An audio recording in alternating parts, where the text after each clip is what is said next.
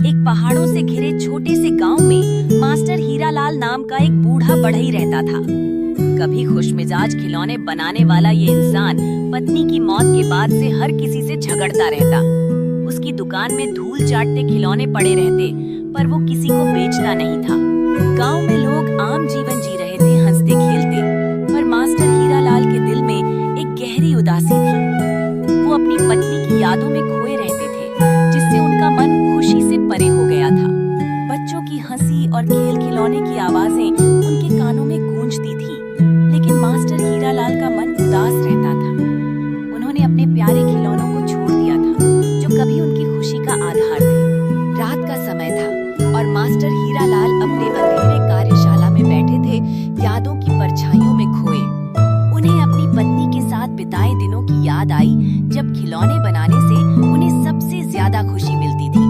एक बारिश भरी शाम मीरा नाम की 8 साल की गरीब पर नटखट लड़की ने हीरालाल की दुकान में झांका। उसकी माँ कपड़े सीकर गुजारा करती थी और मीरा एक लकड़ी की गुड़िया का सपना देखती थी।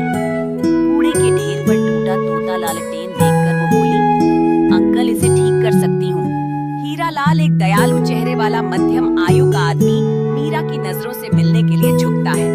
उसके चेहरे पर आश्चर्य और गर्मी का मिश्रण होता है, जबकि वह उसके हाथों में टूटे लालटेन का आकलन करता है। दुकान के अंदर रंग बिरंगी कपड़े और चमकते मोती भरे हुए हैं, जो बारिश के दिन के विपरीत एक आरामदायक वातावरण बनाते हैं।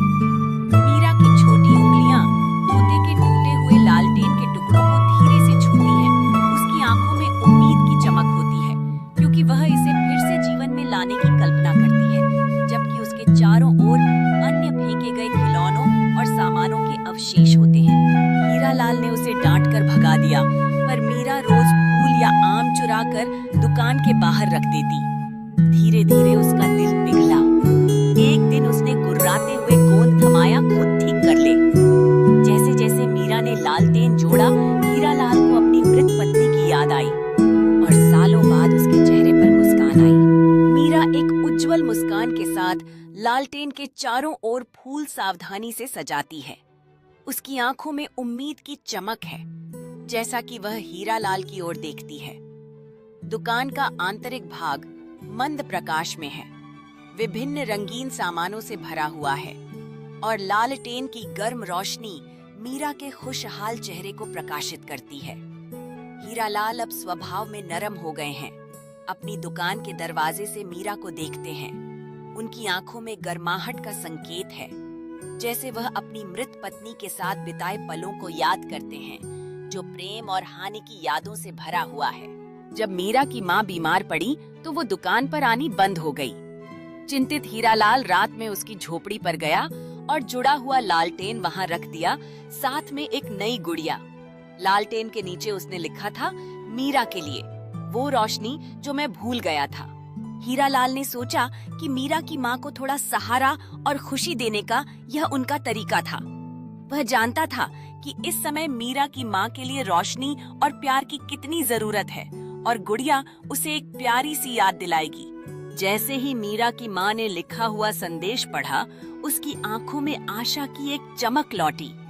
उसने अपनी बीमारियों को भुला दिया और थोड़ी ऊर्जा के साथ गुड़िया को अपने हाथों में लिया, महसूस करते हुए कि वह अकेली नहीं है। जब मीरा अपनी माँ के पास पहुँची, तो उसने बाहर से चमकती हुई रोशनी देखी और जल्दी से अंदर गई। मीरा ने अपनी माँ को गले लगाया, यह जानकर कि उनकी आपसी प्रेम और सपने इस कठिन समय में उन्हें मजबूत बनाएंगे। अगली सुबह मीरा हीरालाल के पास दौड़ी आई और उसे जोर से गले लगा लिया।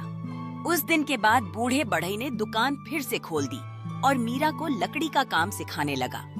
लालटेन अब दुकान की खिड़की पर टंगा था, उनकी दोस्ती की निशानी। मीरा ने मेहनत शुरू की और धीरे धीरे उसने लकड़ी के काम में महारत हासिल करनी शुरू कर दी। हीरालाल ने उसे हर कदम पर मार्गदर्शन दिया और उनकी दोस्ती मजबूत होती गई। मीरा ने अपनी पहली पूरी की हुई लकड़ी की खिलौना हीरालाल को दिखाई और उसके चेहरे पर गर्व की चमक थी। उनके रिश्ते में न केवल शिक्षक छात्र का बंधन था, बल्कि एक गहरी मित्रता भी पनपी। जब वे एक साथ बैठते तो हंसी और कहानियों का आदान प्रदान होता और यह उनके रिश्ते को और भी गहरा करता। अब न केवल वे साथी थे बल्कि जैसे परिवार बन गए थे। एक दिन उन्होंने अपने खिलौनों को स्थानीय मेले में दिखाने का फैसला किया। वहाँ की भीड़ ने उनकी मेहनत और कला की सराहना की और यह उनके लिए एक महत्वपूर्ण पल था।